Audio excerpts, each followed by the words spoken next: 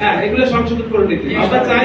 একটা ছেলে দুঃসময় দল করছে, এখন ভালো সময় আসি দল করবে, এটা আমাদের কাছে কষ্ট লাগে, ঠিক আছে না?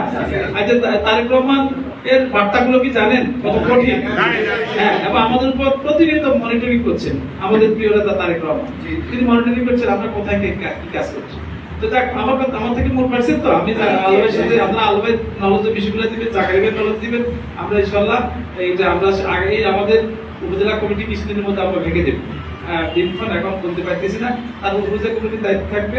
আপনি এর আগে দিয়ে আমরা সে যদি আপনাদেরকে একটা দরখাস্ত দিবেন, দরখাস্ত দেওয়ার পর আপনি এগুলো আমলে নিয়ে বিবেচনা নিয়ে তাকে আগামী বাটুয়া সে যদি গ্রহণ করতে থাকে, আমরা তাকে কেন ইয়ে করবো?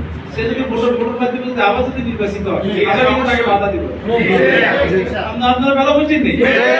আমরা এটা বলছেন, এইগুলো নিয়ে আমাদের দলের মধ্যে কোনো বিবাদ যদি না হয়, আমরা চাই সবাই ঐক্যবদ্ধের মধ্যে প্রতিযোগিতা থাকবে, যেন প্রতিহিংসা না।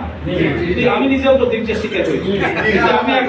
আমি এখন এটা ভুলে গেছি, তাকে নাম করে আল্লাহ আমার তকদির এভাবে ছিল, ঠিক আছে না? আল্লাহ চাইছে আবার কাজ করার সুযোগ করে দিচ্ছে। তবে আপনারা কষ্ট করে এসেছেন, আপনাদেরকে আন্তরিক ধন্যবাদ।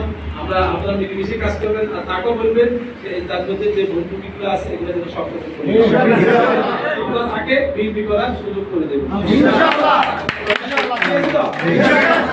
ধন্যবাদ। আসসালামু আলাইকুম।